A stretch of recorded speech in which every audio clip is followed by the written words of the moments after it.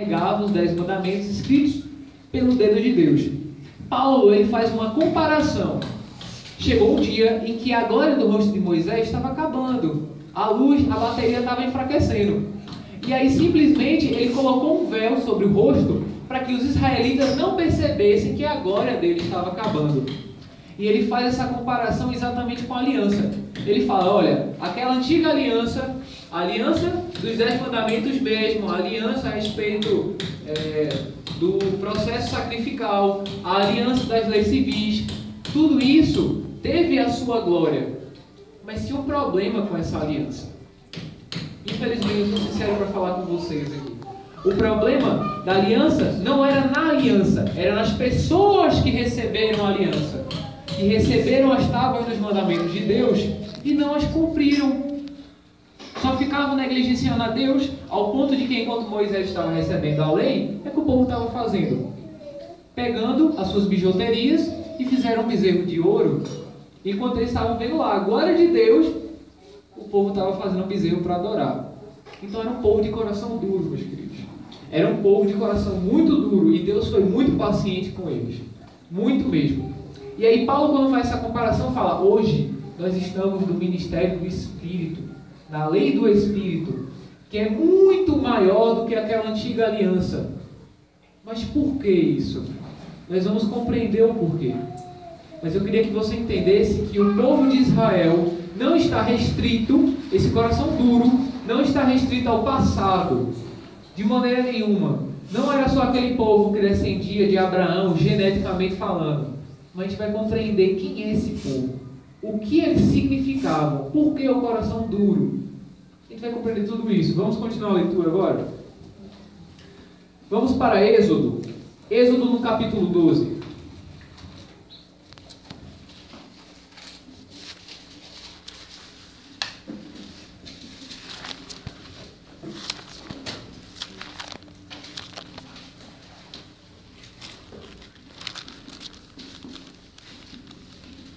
Êxodo capítulo 12, amém? Amém. Vocês encontraram? Ótimo. Êxodo 12, verso 40 e o verso 41. Pois bem, antes da gente ler, eu queria fazer uma breve introdução a respeito de Moisés. Todos vocês aqui conhecem Moisés, não face a face, né, porque ele já morreu, mas vocês conhecem ele da história. Eu queria só fazer uma recapitulação para dar introdução ao que a gente vai ler, tudo bem? Moisés nasceu de uma filha hebreia. O faraó mandou que todas as crianças morressem. A mãe de Moisés coloca o menino no barco, até que a filha de faraó encontra a criança, toma conta dela, e aí a partir do momento que ele fica grande, toma conhecimento que não era egípcio, era hebreu, acontece todas aquelas coisas, ele foge do Egito porque matou um servo, e depois ele acaba voltando com o encontro do Senhor na sarça ardente. Essa história toda vocês conhecem, apenas um apanhado geral. Agora, Êxodo 12, 40 e o 41 nos diz o seguinte: ora, o tempo que os filhos de Israel habitaram no Egito foi de 430 anos. Aconteceu que, ao cabo dos 430 anos, nesse mesmo dia, todas as hostes do Senhor saíram da terra do Egito. Pois bem, Moisés foi escolhido para tirar o povo do Egito.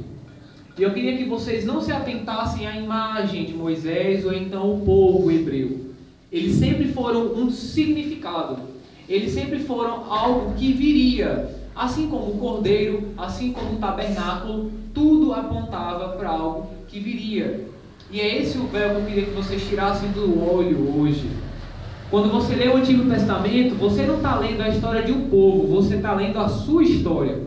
E é isso que eu queria que você saísse hoje compreendendo. Não há diferença entre o povo de Israel de coração duro, que eu falei aqui, ou nós. Nós somos Israel de coração duro. A gente vai compreender o porquê. Agora, Moisés se levanta, Deus levanta um profeta para tirar o povo do Egito. Eles saíram depois de 430 anos que os filhos de Jacó começaram a viver no Egito. Agora vamos para o capítulo 14, verso 5 e verso 6. Sendo, pois, anunciado ao rei do Egito que o povo fugia, mudou-se o coração de Faraó e os seus oficiais contra o povo e disseram: o que é isto que fizemos, permitindo que Israel nos deixasse de servir? Pois bem, Eu acabei de pular de vocês. Israel tirou o povo do Egito e Faraó, imperador do Egito, ele fala: o que foi que eu fiz? Que ideia foi essa que eu tive de deixar o povo hebreu ir? De maneira nenhuma, eu vou atrás deles. Compreendam, gravem bem isso. Moisés se levanta, tira o povo do Egito, Faraó não fica alegre pelo que fez e corre atrás dele. Pois bem, agora vamos para o versículo 15 e o versículo 18. Nos fala o seguinte, até o versículo 18, na verdade. Disse o Senhor a Moisés: por que clamas a mim? Exato. Diz aos filhos de Israel que marchem, e tu, levanta o teu bordão, estende a mão sobre o mar e divide-o, para que os filhos de Israel passem pelo meio do mar em seco. Eis que endurecerei o coração dos egípcios, para que vos sigam e entrem nele. Serei glorificado em Faraó e em todo o seu exército, e nos seus carros e nos seus cavalarianos. Pulem agora para o verso 21 até o verso 25. Então Moisés estendeu a mão sobre o mar, e o Senhor, por um forte vento oriental que soprou toda aquela noite, fez retirar-se o mar, e se tornou terra seca, e as águas foram divididas. Os filhos de Israel entraram pelo meio do mar em seco, e as águas lhe foram qual muro, à sua direita e à sua esquerda. Os egípcios que os perseguiram entraram atrás deles, todos os cavalos de Faraó, os seus carros e os seus cavalarianos, até o meio do mar. Na vigília da manhã, o Senhor, na coluna de fogo e de nuvem, viu o acampamento dos egípcios e alvorotou o acampamento dos egípcios. Empenhou-lhes as rodas dos carros e fez-o andar dificultosamente. Então disseram os egípcios: fujamos da presença de Israel, porque o Senhor peleja por eles contra os egípcios. Grande vitória teve Israel nesse dia, ao ponto de que eles não tinham mais solução, aparentemente, porque eles estavam de frente ao mar. O mar era imenso, inúmeros quilômetros à frente para poder se chegar até a outra parte seca. E eles se encontram assim: o que nós vamos fazer? O Senhor nos tirou da terra do Egito, mas para a gente chegar aqui a gente vai morrer por causa de Faraó. Isso provavelmente é o que passava na cabeça de todos aqueles que se encontravam ali na frente do Mar Vermelho. E quando eles olham para trás e veem aqueles montes de cavalos chegando, eles não têm esperança. Mas eles parecem que esqueceram que aquele mesmo Deus que derramou 10 pragas pouquinho tempo antes, estava ali com eles. E um servo de Deus chamado Moisés estava ali ao seu lado para interceder por eles e ajudá-los. Todos haviam esquecido disso. Mas que coisa, não? Grandes milagres eles tinham visto, coisas que infelizmente hoje a gente não vê de maneira tão explícita, mas Deus tem atuado. E agora vamos para mais um versículo. Agora vamos para Êxodo 19. O que é que acontece depois que as águas se fecham, cobrem os egípcios e Israel chega na terra seca do outro lado? Onde é que eles se encontram? Êxodo 19, verso 1. No terceiro mês da saída dos filhos de Israel da terra do Egito, no primeiro dia desse mês, vieram ao deserto do Sinai. O que foi que aconteceu no Sinai? Por favor, alguém me fala. Deus fala com Moisés. Deus fala com Moisés. E entregou também lá as tábuas da lei. Entregou exatamente isso que eu estava esperando vocês falarem. Entregou as tábuas da lei. Compreendam, sigam a lógica do raciocínio. O povo era escravo, Moisés é levantado, o povo é expulso do Egito, o Egito persegue o povo, Deus levanta as águas, o povo passa e os egípcios ficam no meio do mar. E depois disso, eles chegam no Sinai, onde aconteceu a entrega das tábuas da lei.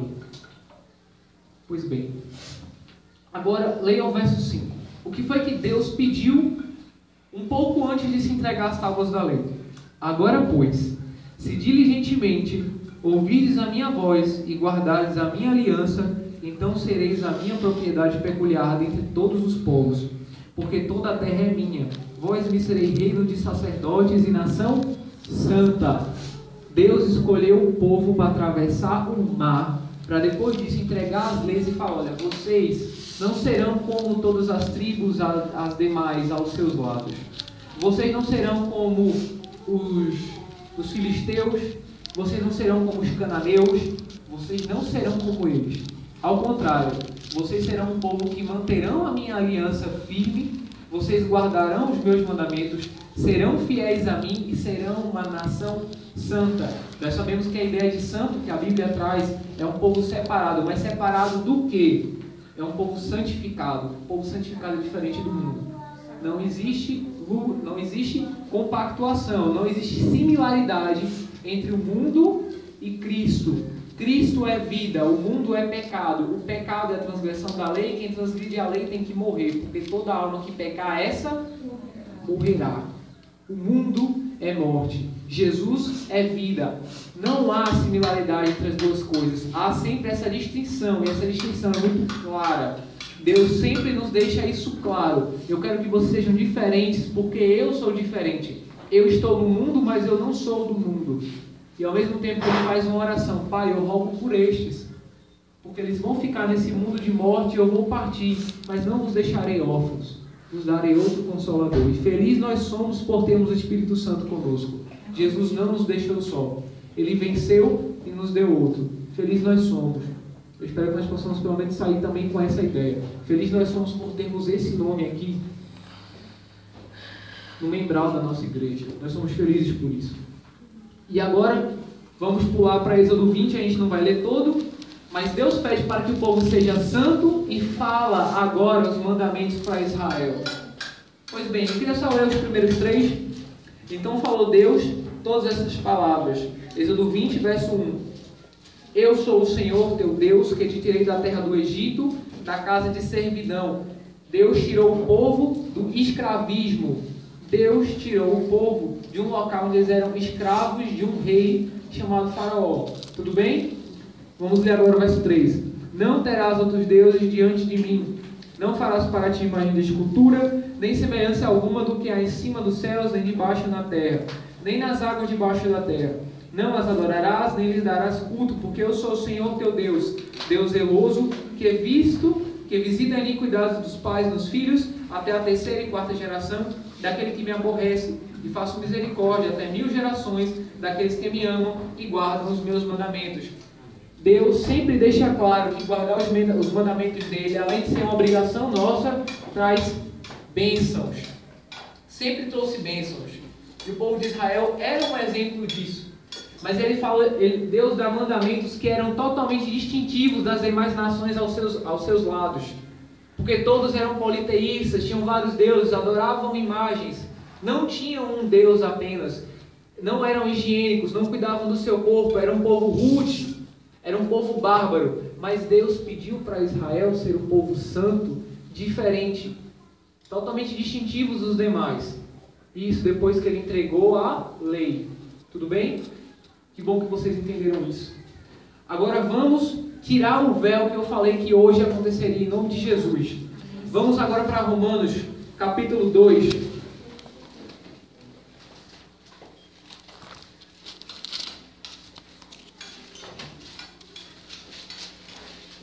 Carta de Romanos, Novo Testamento, depois de Atos, antes de 1 Coríntios. Romanos 2.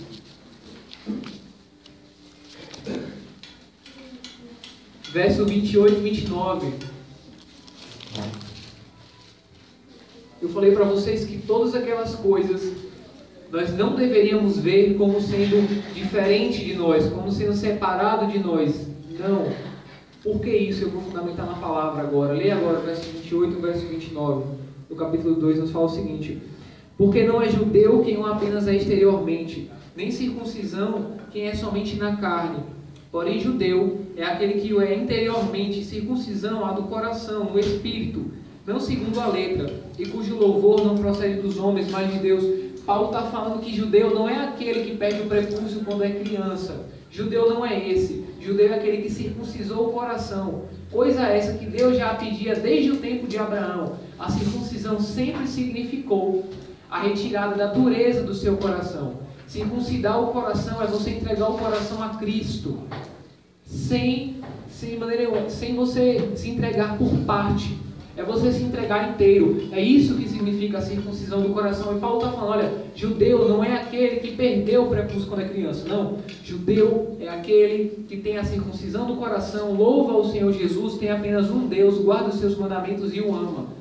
Esse é o verdadeiro judeu. Então comece a entender a partir de agora, aquele povo de Israel era você. O povo de Israel não era um povo diferente hoje que estava em Israel lá no Oriente Médio, na faixa de Gaza. Não. O povo de Israel somos nós. Sempre foi uma prefiguração de tudo que viria. Eu falei, o cordeiro, o tabernáculo e também Israel. Israel simbolizava você e eu hoje que aceitamos a Cristo. Esse é Israel.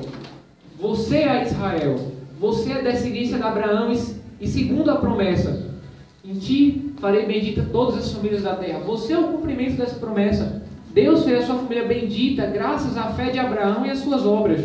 Nós somos descendências desses, que Deus prometeu e cumpriu, e que hoje continua cumprindo, em nome de Jesus. Amém. Amém.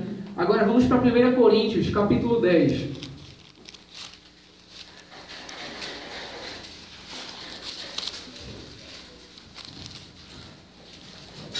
1 Coríntios, capítulo 10. Agora leiamos o verso 1 e o verso 2. Nos fala o seguinte: ora, irmãos, já não quero que ignoreis que nossos pais estiveram todos sobre a nuvem e todos passaram pelo mar, tendo sido batizados assim na nuvem como no mar, com respeito a Moisés. Vocês entenderam agora por que eu trouxe essa relação? Eu acabei de falar que o povo de Israel somos nós. O povo de Israel não era apenas aquele povo que saiu do Egito, não, somos nós também. E ele fala que aquele povo, lembre-se, que saiu do Egito, que passou pelo mar, e estava a nuvem sobre ele, lhe dando sombra, ele dando calor à noite.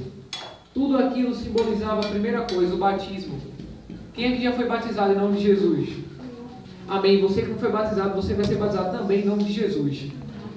Aquele povo que passava pelas águas, é disso que eu estou falando, aquilo simbolizava o batismo. Deus sempre mostrou o que iria acontecer, o que Ele esperava do povo. Ele não espera uma coisa diferente de mim hoje do que esperava dos israelitas no passado. O nosso Deus não muda. Deus sempre requeriu apenas uma coisa do seu povo: santificação, entrega sem reservas e guardar a lei do Senhor. É isso que Ele sempre pediu. E agora que nós acabamos de ler esse versículo, entenda agora tudo o que se passava. Você era escravo no Egito. Você pecava. Você estava aí no mundo largado e não sabia o que fazer. Eis que surge um profeta chamado Moisés. No nosso caso hoje, Jesus Cristo. Jesus se levantou. Foi até o Egito lhe tirar de lá. Compreenda muito bem isso. Jesus foi até o Egito. Tirou você de todo esse mundanismo. E depois disso, te guiou, te deu sustento, te deu sombra e te deu fogo quando você estava com calor. Jesus cuidou de você até a hora que você se depara sem situação. Tem um mar na sua frente. E em nome de Jesus você passa pelo batismo. E depois disso você chega numa nova terra, depois que você atravessou a água. E o que é que Deus faz no Sinai? Coloca a lei dele no seu coração. Vocês entendem agora, meus queridos? Deus sempre pediu uma só coisa do seu povo e Ele só demonstrava isso. Você estava no Egito, Ele te resgatou, você passou pelo batismo em nome de Jesus e agora Cristo coloca a lei dele no seu coração. Quer saber como? Ezequiel 36, verso 26. A promessa que Deus fez na época do antigo Israel. Ezequiel 36, verso 26.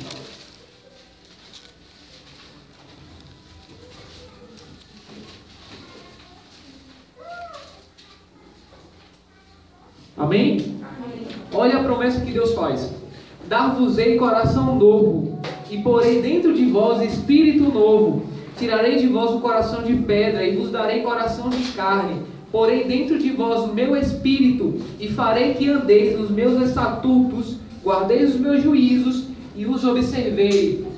Por que Deus prometeu de que um dia colocaria a lei no coração do homem? Porque o homem não tinha a lei de Deus no seu coração. Ele apenas escutava, mas não praticava. Não pedia a força do Senhor para poder guardar os mandamentos. E isso tentava, por mérito próprio, guardar a lei do Senhor e, consequentemente, se salvar. Um exemplo disso, fariseus, meus queridos. Outro exemplo, saduceus. Todas essas pessoas não compreenderam o que a lei do Senhor realmente falava. E eis que Jesus vem, traz essa promessa em Ezequiel: olha, eu vou te dar um coração novo. Sabe por quê? Porque o seu coração antigo, ele não presta mais. O seu coração antigo, o seu coração de dura cerviz, que o povo de Israel demonstrou durante todo o tempo, esse coração não serve. Esse coração não presta. Eu te salvei do pecado, não para você ter um coração duro, mas para você ter um coração resgatado, um coração fiel a mim. Por isso que eu pedi que vocês lessem a respeito do verso 5 que falava: se vocês guardarem os meus mandamentos e os meus estatutos, vocês serão nação santa, povo exclusivo de Deus. Por quê? Porque Ele colocaria a lei no coração dos seus servos. E se você aceitou Jesus e você continua em transgressão, parece que essa promessa não se cumpriu na sua vida ainda. Porque a partir do momento que você é batizado, é só você ver a história de Israel. Você recebe a lei. Você guarda o mandamento do Senhor. João 14,15. Se você me ama, você vai fazer o quê? Guardar os meus mandamentos. A lei do Senhor é importantíssima. Porque é o selo de Deus falando: esse é meu. Esse passou pelas águas do Mar Vermelho. Esses eu guiei. Esse eu tirei do Egito. Não sei se vocês repararam, mas o faraó foi atrás do povo de Israel antes que eles passassem pela água. Isso quer dizer, meu querido, que você vai ter uma tentação até o fim. Que faraó vai querer vir atrás de você e vai tentar ter o seu coração de volta e vai tentar te trazer para a escravidão, mas você vai dizer não. Sabe por quê? Por causa dele. É por causa dele. Por causa dele que você saiu do Egito. E é por causa dele que você conseguiu passar o Jordão. Você foi batizado em nome de Jesus por ele, para a graça dele, para honrar o nome do Pai, porque mais um foi resgatado, mais uma ovelha que estava perdida foi encontrada. Em nome de Jesus eu louvo a Deus porque Ele nos resgatou. Amém. Nos tirou desse espaço que nós estávamos como ovelhas desgarradas. E Ele nos trouxe para um local muito mais excelente. Nos deu uma promessa, assim como a parábola do filho pródigo. Nos deu capa, nos deu anel, nos deu vestimenta, mesmo quando nós estávamos lá trabalhando com os porcos, dando comidas para os porcos. Você sabe o que é um judeu ter que alimentar um porco? Se ele nem sequer come, nem sequer cria, como Levítico 11 recomendaria, imagine dar comida para um porco, cuidar de porcos. Imagine a situação que aquele homem se encontrava. Mas simplesmente ele volta para a casa do pai. E você voltou para a casa do pai, você saiu do Egito. E mais uma vez a importância do mandamento está aí. Se alguém um dia virar para você e falar que guardar a lei não é importante, se lembre que você foi salvo para servir. Você foi salvo para guardar os mandamentos do Senhor e dizer: Senhor, eis-me aqui, independente do que aconteça, você está aqui para honrá-lo, porque você é criatura. E Ele te criou exatamente por causa disso. O Senhor te salvou por causa disso, para ser nação santa, povo exclusivo de Deus, nação diferente das demais, que não guardam a lei do Senhor. Infelizmente, se a gente fizer uma comparação, essa seria a nossa Canaã. Aqui o Manuel Camelo é a nossa Canaã. E inúmeras tribos ao redor não guardam a lei de Deus e se dizem filhas do Senhor. Não estou dizendo que não são, mas se dizem e não têm o mandamento de Deus. Nós somos chamados para ser diferença nesse local. Nós somos chamados para demonstrar que a lei do Senhor é importante. E a Igreja Adventista surgiu exatamente para isso. A Igreja Adventista surgiu para levantar um mandamento na qual todas haviam esquecido. Eu queria que vocês se lembrassem agora de uma parábola. A parábola da mulher e as 10 dracmas. Quantas dracmas ela perdeu? Uma. Agora eu faço outra pergunta. Mulher em profecia significa o quê? Igreja. Pois bem, nós temos uma igreja que tinha 10 moedas, perdeu uma. O que foi que ela fez quando ela perdeu? Ela ficou parada, ela ficou inerte. Ela foi procurar essa dracma. E a primeira coisa que ela fez, ela acendeu o quê? Uma candeia. O que é azeite? O que é candeia? O que é a luz na Bíblia? O Espírito Santo. Pois bem, nós temos uma mulher que acende uma candeia, acende o Espírito Santo e ela vai varrer a sua casa. Agora eu faço outra pergunta. O que seria a casa da igreja nesse contexto? Seria nós, isto é. Mas seria especialmente a Bíblia.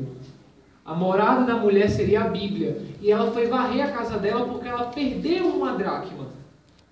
Ela perdeu um mandamento. E foi esse mandamento que nós resgatamos. A lei do Senhor é importante. E eu espero que agora você tenha entendido aquele verso que a gente leu no começo em 2 Coríntios 3.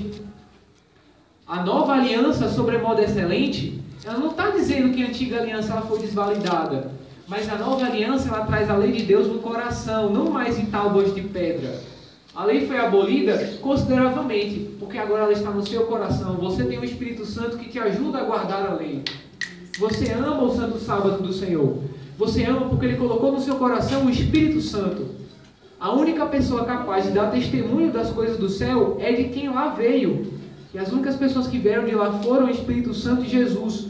A lei é uma coisa muito maior do que nós poderíamos imaginar. De fato, é o caráter de Deus. E a única pessoa capaz de dar testemunho do caráter de Deus é Deus. O Espírito Santo te demonstra hoje a lei do Senhor, para que você siga nos seus caminhos, honre ao Senhor Jesus e o considere como sendo o maior da sua vida. Nós somos salvos para servir. Nós somos salvos para trilharmos uma nova vida nos mandamentos do Senhor. Assim como Israel um dia recebeu a lei, você também recebeu a lei. Agora, abra em Romanos, por favor. Romanos capítulo 10, verso 4. O que é que nos fala? Esse verso também que é muito usado para poder se desconsiderar a lei de Deus. Ele fala o quê? Porque o fim da lei é Cristo, para a justiça de todo aquele que crê. Quem crê aqui que a lei foi abolida, por favor, levante a mão.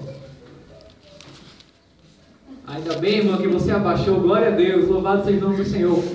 Meus queridos, o fim da lei é Cristo para o quê? Para a justiça de todo aquele que crê. O fim da lei aqui não é fim de acabar.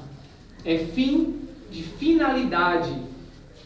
A finalidade, o objetivo da lei é te mostrar a Cristo. Quando você olha para a lei, você se encontra pecador. Quando você olha para a lei, você reconhece que você é pó da terra e nada mais, que você merecia a morte. E quando você olha para a lei, você vê Cristo e você fala, de fato, eu posso ser salvo. Por isso que entra para a justificação de todo aquele que crê. Se você crê, você foi justificado. Se você foi justificado, você tem a lei de Deus no seu coração. E o seu prazer deve estar em amar o Senhor acima de todas as coisas e ao próximo como a ti mesmo. É essa a nossa obrigação de servir, porque o Senhor nos pediu e nós sabemos que esse é a melhor coisa. Essa é a melhor coisa, porque o Senhor nos deu. De maneira nenhuma Deus vai nos conceder uma coisa que é ruim. Quer saber um exemplo? Deus te concede vida porque Ele é vida. O que isso quer dizer? Deus está dando a Ele. Se você era pecador e jazia nos seus pecados e você estava morto, se você recebe a Cristo, você recebe a Deus, você recebe a vida, Deus se dá para você. As únicas coisas que Deus pede de você é Ele. Já pararam para pensar nisso? Ele pede de você vida. Quem é o dono de vida? Ele. Ele pede que você guarde a lei. Quem é a lei? É o caráter dele. Quem é o caráter dele? É Ele. Deus sempre pede a melhor coisa de você. Ele pede a Ele mesmo. Ele não pede uma coisa que Ele não pode te dar, porque Ele se dá para você. Por isso que o nome de Jesus é Emmanuel, é Deus conosco. Porque Ele sempre esteve no meio de nós. E Ele se dá para nós diariamente, mas especialmente na cruz do Calvário. E Ele nos salvou para servirmos. E se um dia uma pessoa parar de você na rua e falar por que você guarda a lei, considere tudo isso que eu falei. Porque o Espírito Santo, um dia, quando você passou pelas águas, e quem não passou vai passar, você fala, eu guardo os mandamentos porque Deus colocou no meu coração o Espírito Santo. Amém.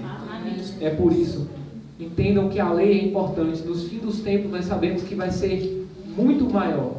A diferença entre o mundo vai ser drástica. Aqueles que guardam os mandamentos de Deus e têm a fé em Jesus serão perseguidos. E nós vamos levar os mandamentos de Deus até o fim, porque um dia você foi salvo e você vai continuar salvo em nome de Jesus. Amém. Amém, meus irmãos? Feliz eu sou. Essa é a mensagem que eu tinha para trazer para vocês. Amém. Porque a graça do Senhor tocou meu coração e disse, sela a lei no coração dos meus filhos. Amém. Vocês saiam hoje exatamente com essa consciência de que Jesus salvou vocês para servir.